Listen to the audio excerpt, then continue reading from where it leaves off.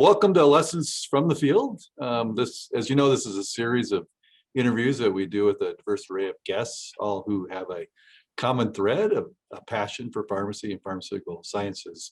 Today, I'm really happy to welcome back to the College of Pharmacy, Katherine DeSanctis. She's a graduate from our PharmD program, 2017. I had the pleasure of working with her when she was a student here. She went on to do a master's in health system pharmacy at the University of Wisconsin, which was combined with both a PGY1 and PGY2 residency in health system pharmacy administration, very well-known program. And she's now director for pharmacy operations at Massachusetts General Hospital. I'm having trouble pronouncing things today. So welcome, Katherine. It's great to see you again. Great to see you too, Glenn. Really happy to be here back at the College of Pharmacy. Even if it is virtual. So we usually start off, Katherine, just by having you walk through your career, what you've done. You can include UIC if you want, but what you've kind of done since you left here. And then we'll get into a little bit more, I guess, maybe of the details of what you do on a day-to-day basis, because the students who listen to this are really interested in kind of more of the practical, day-to-day things that you do. But yeah, absolutely. And thanks for the great intro. So like you mentioned, I am a graduate from 2017. When I was at UIC, I was involved in a lot of different organizations. ICHP was kind of my org home, if you will. I kind of rose through the ranks there. Me and a few colleagues started the Mr. Cat. I think that's still there, morning rounds. And I also worked a lot with, MOPHI, if that's still there, the mobile pharmacy education. So all of those great initiatives were things that I was really passionate about as a student and kind of fueled me to keep going.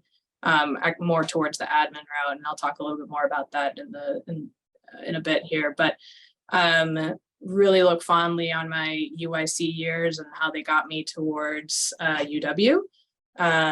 You and I worked a lot together on that path, and I'm very appreciative of the support I got from you and other mentors that I had at UIC. At UW, like you mentioned, I got a master's degree in health system pharmacy administration. There's 3 components: industrial engineering, which was my favorite part. So you get to learn about like spaghetti diagrams and how to make things efficient. From a pharmacist perspective, efficiency is key. So I really was into that. There was also a finance component, and then just kind of a pharmacy HR seminar type of component as well. And while I was getting my master's degree, I was concurrently completing a PGY1, PGY2 administration residency, like you mentioned.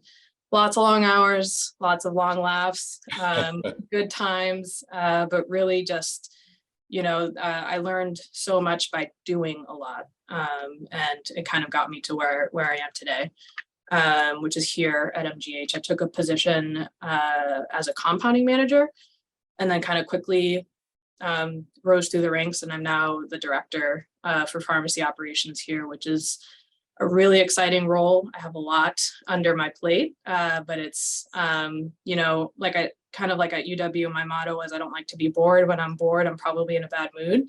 And so this is really the perfect job for me because I'm really never bored. Well, and maybe tell us a little bit in the current role that you're in now. Have you been there like 2 years? Is that I've been here for a little over 3 years now. Oh, 3. Okay, man. Yep. Time flies. Yeah, time flies. You did a lot. I don't know if we count the COVID year though. So yeah, that's kind of the last time. Well, you got married along the way too. Yes, I did. I've seen a lot of great pictures of that. But in your current role, what do you do on a day-to-day basis? What are the kind of common things that you're involved in?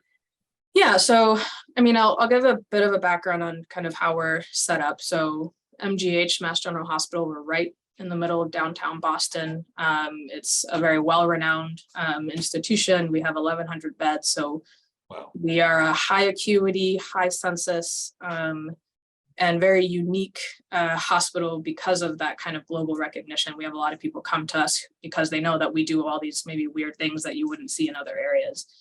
So like I said, I'm constantly learning new things.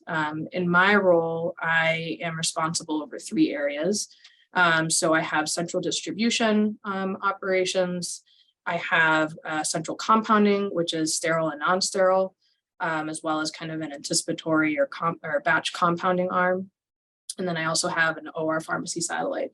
And across those 3 areas, I have about 110 FTE reporting to me across pharmacists and technicians. So it's a very, very large team.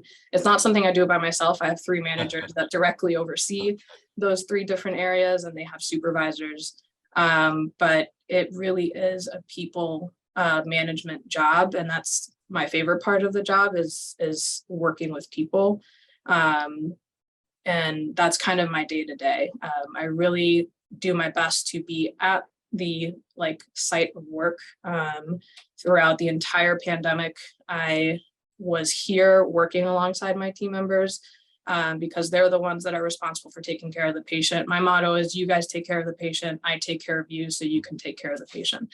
So that's really kind of my day-to-day. I also oversee, part of operations is also automation and technology. So we have a very large footprint when it comes to our automated dispensing cabinets. We have a little over 300 that is all under our purview. We have RFID technology. We've got 5 carousels in our central pharmacy to give you a sense of scope. So sometimes my day-to-day is also kind of tending to issues that might be automation related, technology related, Epic related.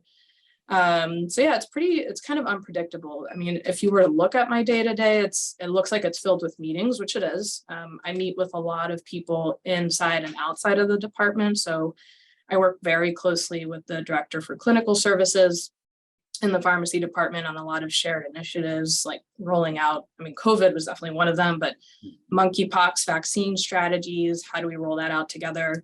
How do we manage new clinical trials? We have a huge clinical trials arm here at NGH. And so I work very closely with that team. And then I also really work closely with nursing. Nursing practice and pharmacy practice are very intertwined. And things like, how do we optimize our communication? How do we optimize a stock out communication, override practices? All of that is kind of the things I work on. So I'm in a lot of meetings day to day. But like I said, my favorite part is kind of going to the work where the work is happening. And I do my best to fit that in at least. I'm usually in there more than this, but I do my best to fit it in at least twice a day, just to actually see people, see what's happening, and try to make sure that, again, I fix the problems that they're seeing so that they can take care of their patients. Wow, it sounds huge. Like I said, it's fun. I'm not bored. Yeah, you could possibly be. That's well, congratulations. That's a huge responsibility, and obviously someone has a lot of faith in you. I could see that when you were here as a student that you were going to be fantastic. Thank you. Appreciate it. Yeah. So now maybe stepping back a little bit and thinking about, how you got where you are and some of the choices that you made along the way. I think for the viewers, the decision process that you go through, what are the things that you consider or weigh, and then how do you make those kinds of choices that got you where you are? Yeah, so it's funny, I was reflecting on this a bit, and if you had asked P1 Katherine, she was gung-ho to be an oncology pharmacist or a transplant pharmacist. That really was what I wanted to do. Working with patients was something that I was very passionate about, and I geared all of my experiences towards that. So like I said, I did Mophie, I did Mr. Cat. I, was very quickly got involved with ICHP because to me, that was the health system arm of pharmacy, and that's where I wanted to be. But then I started to kind of get involved in leadership. I was also the quality assurance extern, working with Adam Bergia and Connie Larson in the hospital, and Andy Donnelly. I worked with him a lot as well. And so I was getting more and more exposed to kind of what pharmacy administration does for patients. And then as I started to see more what our clinical pharmacists do, I was just so inspired and excited by it. And I knew, having seen other hospitals, that that's not the case. What we see at UIC, what the UIC pharmacists do, is really not what's happening across the country. And I knew that I had the skills and the ability to make it to a position where I can be more influential about expanding that kind of pharmacy practice more broadly. So that's my career vision, is I want to be in a place where I can actually be influential and advance pharmacy practice and technician practice to where it needs to be, so that what you guys see at UIC is a little bit more commonplace across the country. So that's kind of how I got to where, to where I am now, and maybe where I'll be in the future. Wow, that's a great story, because that's really what we want of our students, is to take what they learn here, that advanced level practice, and, spread that across the country or world. So we got you doing that. So thank you. Let's see if I'm successful. Well, and then you already mentioned a couple of faculty that you work with here, and obviously really high quality people. I'm sure that they were influential in your your decisions as you move through your career, your decision to go to Wisconsin and so forth. But maybe talk a little bit more about your experiences at UIC that influenced you.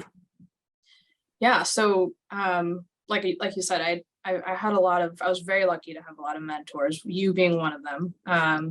But I just found that the people that I was able to connect with were very open and honest in helping direct me. I'm very happy to see that there's a management concentration now for, to kind of bake that in for those who are interested. It wasn't something that that we had in place before. And so I leaned on you, I leaned on Andy, I leaned on a lot of my mentors to help guide me, because I didn't know what HSPA was. I didn't know what finances were. I didn't know all that stuff. So thinking back to the rotation I had with you, I thought that was a really good example of, hey, this is a goal I have. This is an area that I know I have opportunity to grow in, which was hospital finances. And you helped me through that. We went through a book together to help me develop those skills so that I would be prepared for that kind of aspect. Adam Berja, Dr. Berja, helped me a lot with med safety and kind of thinking through, like, these are quality principles. These are things you should be thinking about from an informatics perspective. This is how you develop an initiative off the ground with things like MOFI and continue to expand upon it. So I kind of look back really fondly on a lot of those experiences. And like I said, I kind of had it baked into with the quality assurance extern position that I had.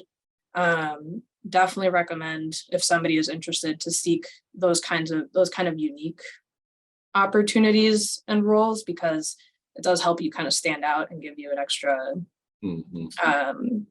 perspective on that kind of role.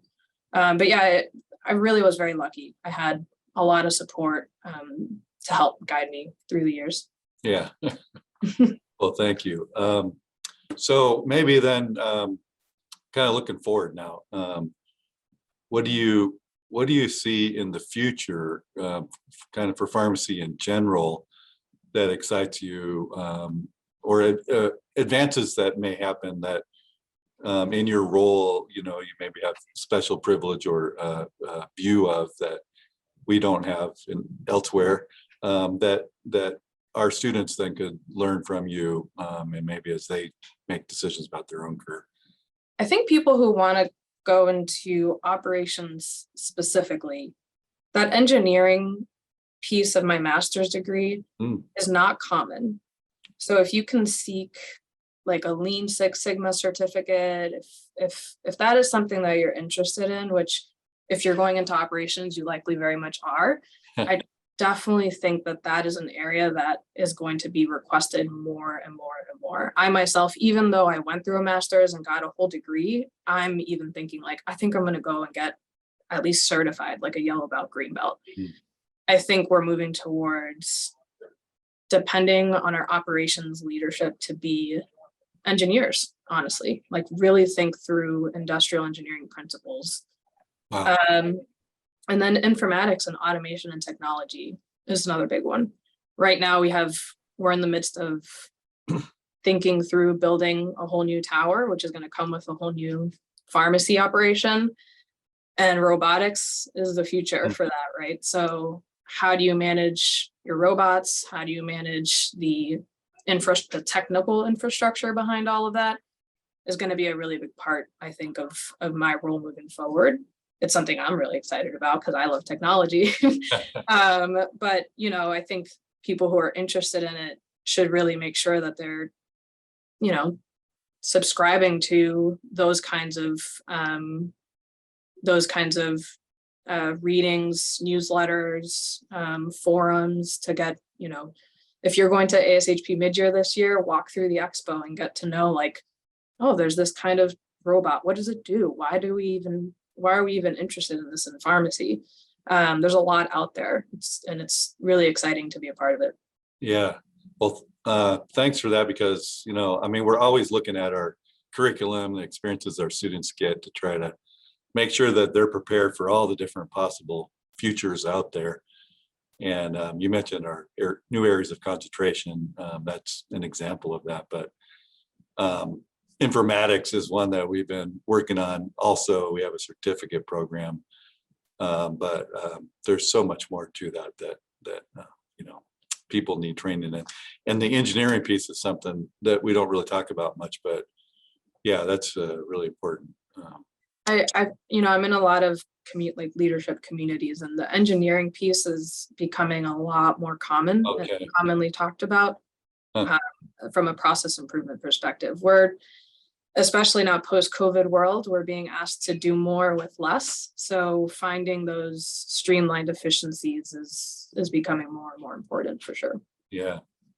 So what's next for you, Katherine? You mentioned doing more training in the Six Sigma or getting certified in that area, in the more focus on the engineering piece of it, but other things that you see in your own future? Yeah, I mean, well, I've moved pretty quickly, so I'm not trying to move anymore. Yeah, exactly. But you know, continuing to work through some of these things. We have some cool initiatives coming up. So I mentioned robotics is a big part of it. We've implemented IV workflow management systems here at MGH, and now we're looking at IV robotics. In the peri-op space, our pharmacists and peri-op are super advanced, which I'm very, very proud of. One of the things that they've started to do is attending codes, intraoperative codes. And now we're looking to expand that because our anesthesiologists are like, this is phenomenal. We want this at every single intraoperative space, which is great to hear. We just need the resources for it. So those are just a couple of things that we're really looking forward to.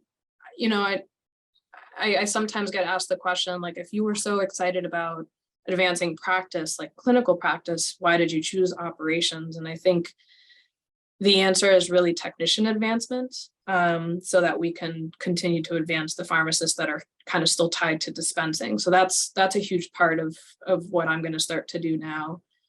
How do we implement technology that facilitates technicians being the ones that are responsible for doing the final check? How do we do tech? It's something that we haven't done here yet in Massachusetts that we're looking to do. So those are going to be some big focuses for me, so that we can continue to then, the pharmacists that I have here in Central can start focusing on more clinical related activities, which we've started to do, and have more hybrid roles. So something that I'm really looking forward to is just technician advancement in general. Wow, great. A lot of the things that I read about in AJHP and other fields. So thank you. I guess you've already mentioned some of the advice for our students who might be interested in a path similar to yours. I mean, honestly, there's the students who express interest in administration are relatively few and far between. You might be the last one I remember.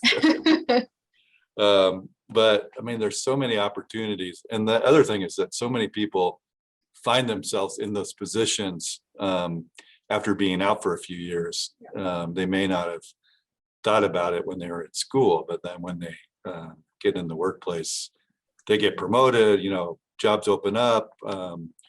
And I think, like you, I find that very rewarding because of the impact that you can have. I mean, obviously, it's on a whole different scale.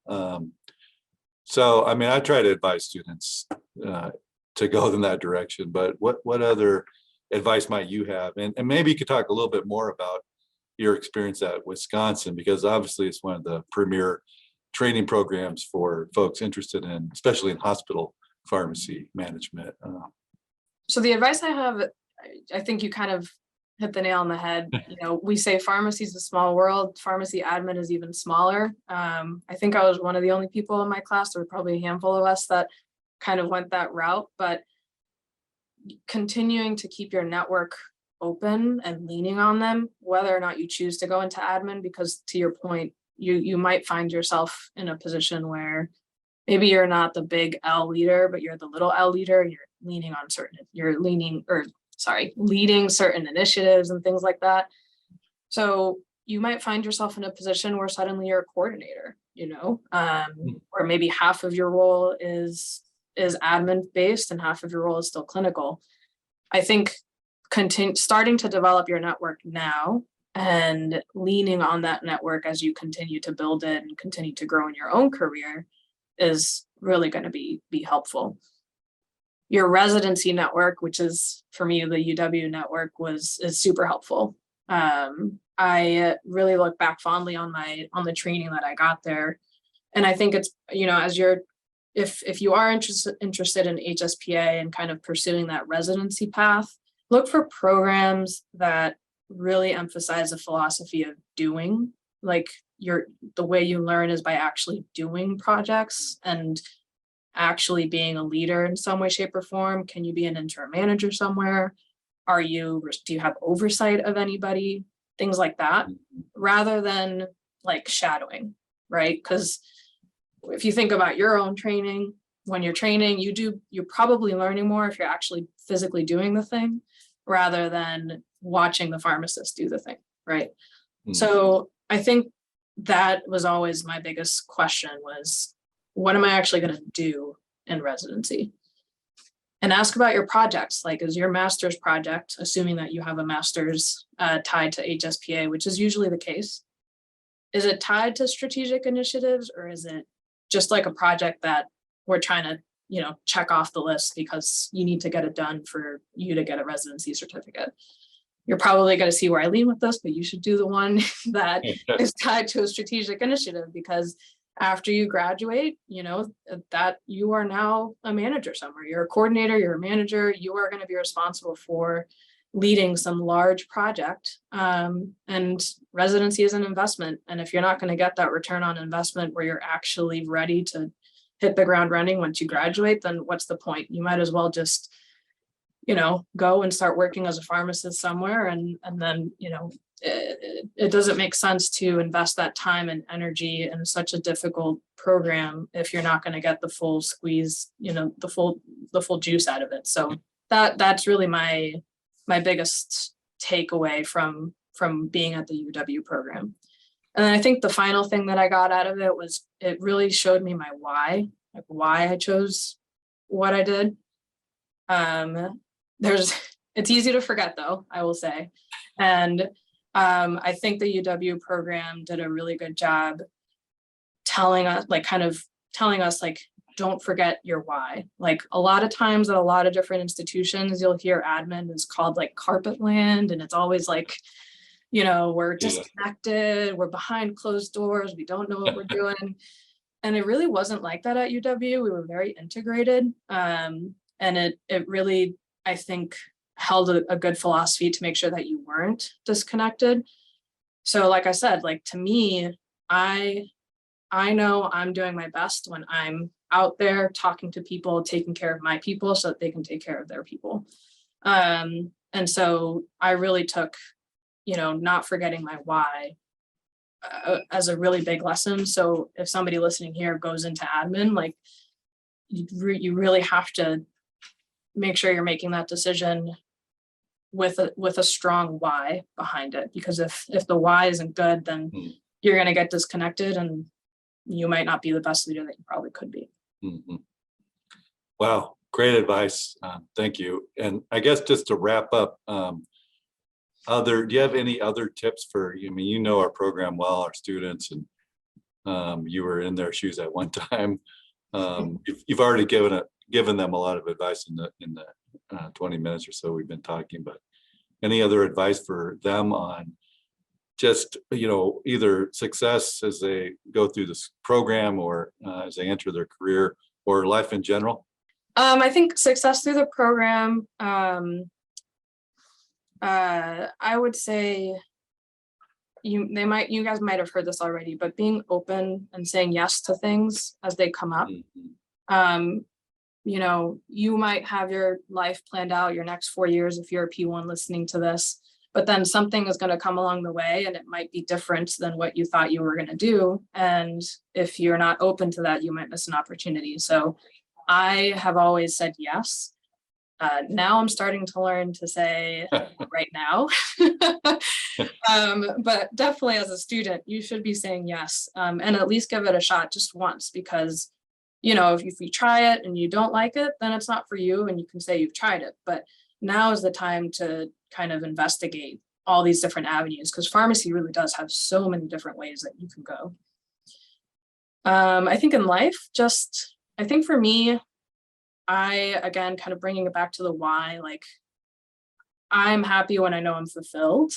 When I find fulfillment at work, but I also find fulfillment at home. So I think if you're intentional about what it is that kind of gives you fulfillment in life, maybe it's spiritual, maybe it's physical. If you always kind of think back on your day and say, you know what, I like to do this, and this is how I feel fulfilled. And you look back and you think, you know what, today was kind of a crappy day because I didn't get to do that thing. Yeah. At least you can identify it so that, you have an action plan to try to, fix it. Like, I guess, and it works for me because I'm a bit of a fixer in operations. But, when I have days where I'm feeling kind of like I'm burnt out, I'm tired, and I think about that day, it's probably because I didn't get to go into the pharmacy and talk to people and see how they were doing. And it's probably because I didn't really focus my time on an initiative that I actually really want to work on. And so that means it's telling me like, okay, I have to realign my priorities for the next week. And yeah, I think that's kind of what I've taken away from, at least so far, it's worked for me. I'm still young. I'll probably continue to learn different ways.